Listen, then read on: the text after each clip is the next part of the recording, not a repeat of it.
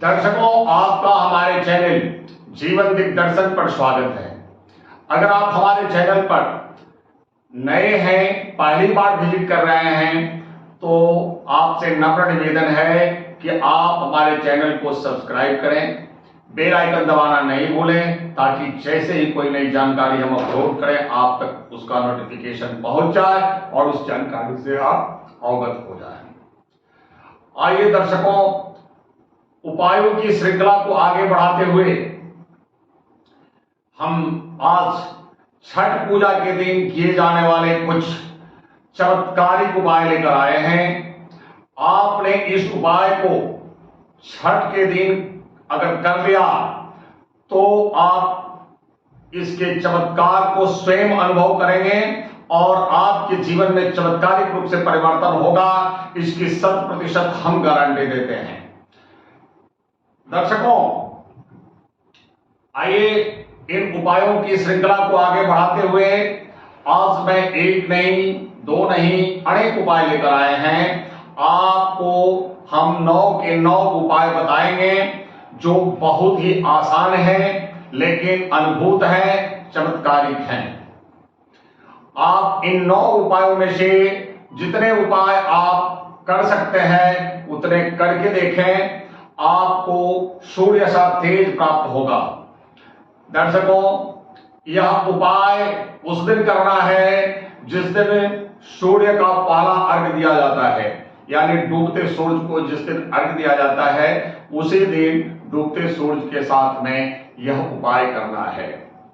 दर्शकों, पहला उपाय, अगर आप अपने तेज को कायम रखना चाहते हैं, आप अपने तेज को अगर आप कायम रखना चाहते हैं तो शाम के समय एक लोटे में, लोटा तांबे का होना चाहिए, एक तांबे के लोटे में जल लेकर उसमें लाल रंग का पुष्प डालकर आप सूर्य देव को अर्घ्य दें और दोनों हाथ जोड़कर सूर्य देव से को प्रणाम करते हुए अपने तेज को और तीक्ष्ण बनाने के लिए निवेदन करें।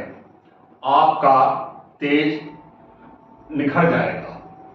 दर्शकों, दूसरा उपाय, अगर आप कोई प्राइवेट जॉब करते हैं लेकिन ऑफिस में आपको मनचाहा स्थान नहीं मिला है, अगर आपके ऑफिस में आपको उचित जगह नहीं मिला है, आप सोचते हैं कि हम इसके लायक हैं लेकिन वह जगह नहीं मिली, मन मुताबिक आपको ना तो प्रोजेक्ट मिला ना ऑफिस में अच्छी पोजीशन मिली, तो आप इसके लिए आपको अपने पिता को एक तांबे का सिक्का भेंट करना है। कब करना है?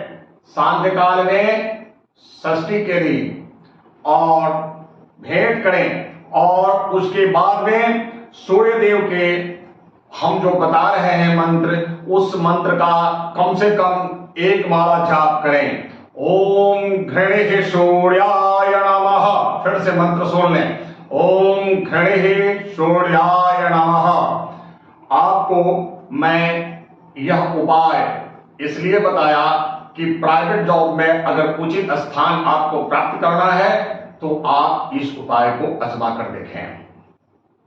तीसरा उपाय अब यह है कि अगर सरकारी नौकरी कर रहे हैं और सरकारी नौकरी में आपको उचित जगह नहीं मिल रहा, प्रमोशन नहीं मिल रहा, मान सम्मान नहीं मिल रहा, आपके उच्चाधिकारी आपको परेशान कर रहे हैं, आपके प्रमोशन होते होते अटक जाते हैं, तो आप इस हमारे बताए हुए मंत्र का सूर्य को एक लोटा जल से अर्घ्य देकर आप हमारे बताए मंत्र का एक माला जाप करें।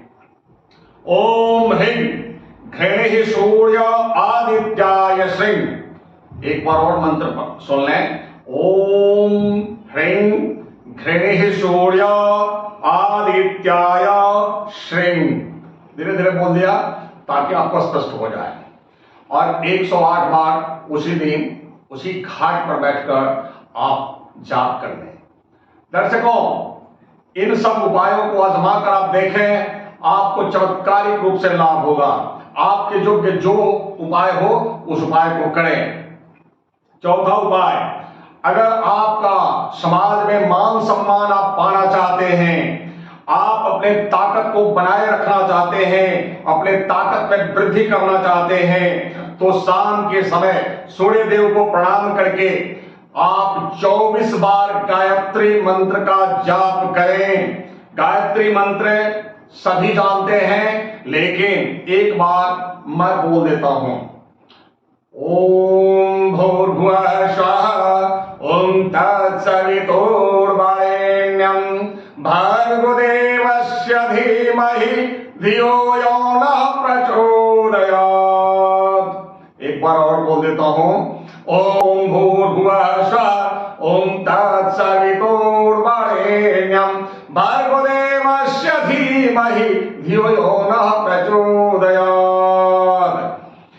और जप करते समय अपने सामने एक शिलाजीत का टुकड़ा अवश्य रखिए और इस प्रकार गायत्री मंत्र का जाप करने के बाद उस शिलाजीत का अगले 45 दिन तक थोड़ा थोड़ा सेवन करें। आपके जीवन में अचानक ही सामाजिक मान सम्मान, सामाजिक प्रतिष्ठा आपको इतना मिलेगा जितना आपने कभी अंदाज नहीं किया था, जितना आपने सोचा नहीं था। दर्शकों, पांचवा उपाय, अगर आपकी संतान का ट्रांसफर कहीं दूर अनचाही जगह पर हो गया है तथा अब आपका पुत्र वहां जाना नहीं चाहता, तो षष्ठी के दिन लाल गाय की सेवा करें। लाल गाय की सेवा करने से आपके बच्चे की ट्रांसफर रुक जाएगी। आज के दिन गेहूं को उबालकर उसमें थोड़ा सा नमक मिलाकर गाय को खिलाना चाहिए। इससे अनचाही ट्रांसफर रुक जाएगी।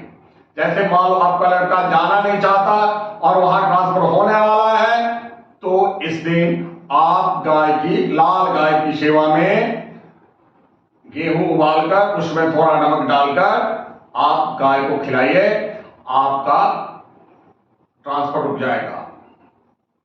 दर्शकों, छठा उपाय, अगर आपके पिता की सेहत कुछ दिनों से ज्यादा खराब रहती है, ठीक नहीं चल रही, तो अपने पिता के वजन के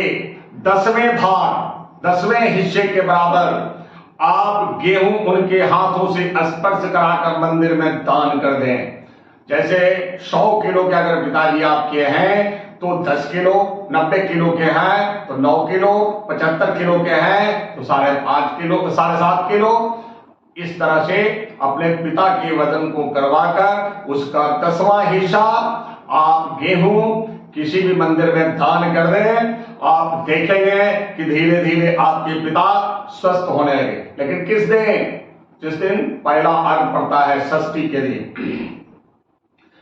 अगर आप अपने परिवार की खुशहाली और सबका स्वास्थ्य बरकरार रखना चाहते हैं, तो शाम के समय किसी तालाब के किनारे जाकर एक थाली में कच्चा नारियल, फूल और धूप दीप रखकर सूर्य देव की पूजा करनी चाहिए। और पूजा के बाद घर आकर नारियल को प्रसाद के रूप में परिवार में मिल बांट कर सभी सदस्यों में खाना चाहिए। और उस प्रसाद के प्रभाव से दर्शकों, पूरे परिवार में आपका खुशहाली आ जाएगा, सुख समृद्धि की वृद्धि होती है। दर्शकों, आप करके देखें, आपको आनंद आएगा आपके जीवन में। 8वां उपाय, अगर आप संतान सुख पाने की इच्छा रखते हैं, कुछ लोग ऐसे भी होते हैं जिनको संतान नहीं, बहुत दिन से उनका संतान सुख प्राप्त होने का मामला लंबित है, उनको संतान सुख नहीं मिल रहा। उन लोगों के लिए है, अगर आप संतान सुख पाने की इच्छा रखते हैं तो शाम के समय सूर्य देव को अर्घ दें। अर्घ देने का मतलब एक तांबे के लोटा में एक लाल फूल और जल डालकर अर्घ दें। साथ ही गेहूं के आटे और गुड़ को मिलाकर कुछ पकवान बनाएं और उसे पक्षियों में डाल दें। किस दिन? षष्ठी के दिन। आप देखेंगे कि धीरे धीरे आपको संतान सुख प्राप्त होने का संभावना बनने लगा। अब 9वां उपाय, अगर आप अपनी संतान के जीवन में सुख समृद्धि बनाए रखना चाहते हैं तो आपको थोड़े से गुड़ के मीठे चावल बनाकर सूर्य देव को दिखाकर अपने मंदिर में रखना चाहिए और सूर्य देव के इस मंत्र का जो मैं आपको बताऊंगा इसका 108 बार जाप करना चाहिए। अब आइए वो मंत्र कौन सा है मैं बता देता हूं। ओम ह्रां ह्रीं ह्रौं सः सूर्याय नमः। फिर से एक बार बोल देता हूं। ओम ह्रां ह्रीं ह्रौं सः सूर्याय नमः। इस मंत्र का 108 बार जाप करने के बाद उन मीठे चावलों को प्रसाद के रूप में अपनी संतान को खाने के लिए दें और आप देखेंगे कि आपके संतान की सुख समृद्धि अगले षष्ठी व्रत के पहले ही इतना समृद्ध आपका बालक हो गया कि आप इस उपाय को हर षष्ठी को करना प्रारंभ कर देंगे। दर्शकों, आप ये जान लें कि ये जितने मैंने 9 के 9 टोटके बताए इसमें जो भी आपको लागू होता है, जिस स्थिति से आप गुजर रहे हैं उसके हिसाब से वो टोटका करें। आइए मैं एक 10वां टोटका और बता देता हूं। अगर आप अपने पूरे परिवार की खुशहाली सुख समृद्धि चाहते हैं तो आप पीपल या बर के पत्ते पर एक आटे का दीपक जिसमें सरसों का तेल हो, आप उसे सांध्य वेला में जिस टाइम अर्घ दिया जाता है उस टाइम उस दीपक को प्रज्वलित करके आप उस बर या पीपल के पत्ते के ऊपर एक दोना सा बना दिया जाता है ताकि वो तैरे और उसमें उस आटे के दीपक को प्रज्वलित करके और आप बातें जल में प्रवाहित कर दें। दर्शकों, आपके घर में देखते ही देखते सुख समृद्धि की बाढ़ आ जाएगी। आपका अगले षष्ठी व्रत के यानी पूरे 1 वर्ष के बाद आप देखेंगे कि आपका घर पूर्णतः सुख समृद्धि से युक्त हो गया, आपका घर खुशहाली से भरा हुआ आप खुद प्राप्त करेंगे। दर्शकों, हमने आपको 10 के 10 उपाय बताए और 10 में से जो आपको पसंद आए आप इस षष्ठी व्रत के दिन, इस छठ के पूजा के दिन, प्रथम अर्घ के दिन डूबते सूरज को अर्घ देते हैं उस समय आप इन उपायों में से जो उपाय अपनाना चाहते हैं आप करके देखें और जो भी चमत्कार हो उस चमत्कार को कमेंट बॉक्स में आप जरूर कमेंट करें।